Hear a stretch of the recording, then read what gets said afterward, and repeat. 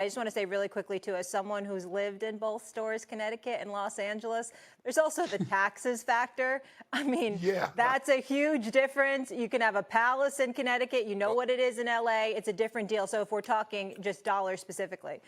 Well, I want to express my disappointment in myself for really not focusing on what Shannon and Wendy rightfully focused on, because, and you just brought it up, Molly. First of all, I don't know. I had brain lock, Wendy, Shannon.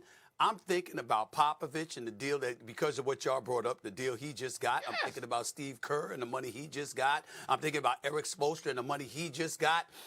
You see these names and this stuff pop up, and you see cats getting 15, 16, 17 million per year. The Lakers come at 11, so that's problematic. The taxes that Molly brought up, because listen, I love Gavin Newsom in those suits. He looks presidential, and then you get to the taxes in California, you're like hell to the no. I'm not interested in all of those damn taxes. So that's problematic. But then you brought up, this is the big thing, Shannon.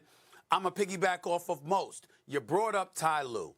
When it came to Ty Lue, first of all, understand something. Even though Frank Vogel did deliver a championship, even though Darvin Ham did take them to the conference finals, the reality is that Ty Lue is universally recognized as one of the great coaches in the game today. And you know that he was taken care of by Ballmer. I think it was at about $14 million, if I remember correctly, okay? That's right. I actually thought he deserved more. I actually thought he deserved more, but $14 million is $14 million.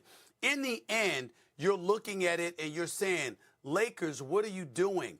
Because since this was so public and the number was lower, and it's Los Angeles, and it's the Lakers franchise, I think the Lakers look worse now than what they looked before they let it get out that he was their primary candidate for the job. Because now you're looking at it based on what you two brought up. Now that you're looking at it, you're saying, what the hell is going on? Because you don't have the money? Why would you want this guy so bad, but knowing what the other folks got? Why would you come to him with that offer in such a on such a public platform and be like in 6th place? Now you start raising your eyebrow to the Lakers and looking at them and saying, what the hell is really, really going on with their finances? It's a problem. Well, that's what happens when you have Frank Vogel on the payroll and you got Darvin Ham's salary on the payroll. Think about this: LeBron James, he had Luke Walton for a year, he had Frank Vogel for a couple of years, he had Darvin Ham for a couple of years. This is about to be his 4th coach since he's been in L.A. Monty Williams, I think, Stephen A., didn't Monty Williams get like 12, 13 million a year from Detroit? Yes. 13. Yes. 13. Oh, he got 13. And y'all thought that man was going to leave an ideal situation at UConn where he's the reigning 2-time national champ. He's mythical. Think about this. He's mythical. He's doing something that very few coaches have ever done, and that's win back-to-back championships. And y'all thought that man was going to leave for that price? Oh, no. Can you and that's the thing. No, it doesn't work like that, Lakers. Y'all going to have to get your act together because this is embarrassing. Because you're going to, and y'all thought y'all was saying something. We're going to make him the 6th highest paid coach in the NBA. Really? Y'all want me to leave my job that I love and come to be the 6th highest paid? Nah, y'all going to have to nestle me in there between 1st and 2nd. So Wendy, go ahead, Shannon. My bad. I was just going to say. Wendy, I was going to say if. Go ahead. I was going to say if Steve Kerr is at 17 and a half, Stephen A., how can you put me in between Steve Kerr and Greg Popovich? Yeah. I ain't saying I need to be number 1, but I ain't going past 2.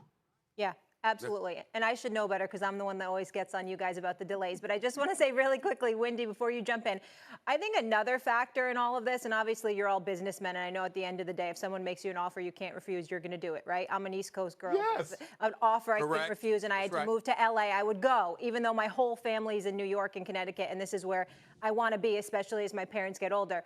But I think it's also, that's a factor for him as well, right? His whole family's from the East Coast, both his wife, got a beautiful family. And as your parents get older and that kind of thing, it also takes a lot in terms of offer to now go to the West Coast because it's a completely different deal. Let me say this, Molly. Again, what Shannon and Wendy brought up, and please put Shannon and Wendy up so I can see them. What they said was very, very important because it's about the money. Please don't get me wrong. Again, I ask y'all to put Wendy and Shannon up. I want to see them when I say this. It's about the money, sure. But it's also about the level of respect you show him. If you know what the others have gotten paid, if you know how they've been compensated on their level of excellence, what possible excuse do you have if you are the Lakers in the second largest market in the country and arguably the most storied franchise in basketball annals between them and the Boston Celtics? What does it say to him that you would make that offer?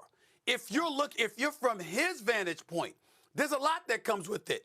They must be from some financial constraints, or they must not have the respect for me that I think they should have, or they should have done X, Y, and Z. These are the kind of things, these are the way negotiations go about. People set the market. And when you look at the market that's being set, it's whatever offer you get, it's indicative. And and people come and they think you don't know the details. You're in Danny Hurley's position. You know the details. It ain't just about the dollars. His whole family's been in this game for a long time, right? All of that family's been in this, right? All of that comes with it. They know every detail. And for people to think that he doesn't know, it's a mistake. Lakers made a big mistake here. Wendy, I want to come back to you, but real quick, I'm also curious, do you think it might have played a factor with UConn? You realistically can go for the three-peat, right? They have that type of roster where they really could win it again. And as for the Lakers, are you really winning anything in the next year or two? Well, I think we're talking a lot about the money because the problem was the money wasn't a thing. What you wanted it was to be a thing. You wanted, as Stephen A. and Shannon said, you wanted it to be a thing. And so basically, this didn't come down to money. We've talked a lot about it, but the fact is it didn't come down to money, and that's a problem. The Lakers needed it to come down to money. So I think if you're the Lakers, you've actually been here before. In 2019, they wanted both Ty Lue and Monty Williams. They both said no. Ty Lue actually just didn't take any head coaching job, just stayed on the Clippers bench because he was disappointed with the Lakers' offer. Monty chose the Suns over the Lakers because the Suns made a better contract offer, and that was when they had Robert Sarver, notorious for being cheap, actually outbid the Lakers for him. And they hired their third choice, who was Frank Vogel.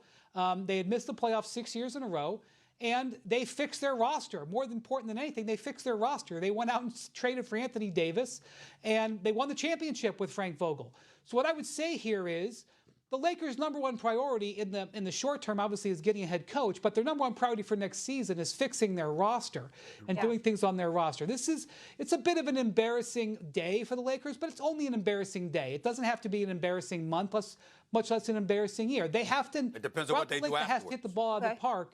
Yep. Right. Pelinka has to hit the ball out of the park starting at the draft and free agency and trade season. Yep. We don't have a ton of time, but I want to come back to you on this, and I want Shannon and Stephen A. have a chance to respond. Who do you think the Lakers should target now?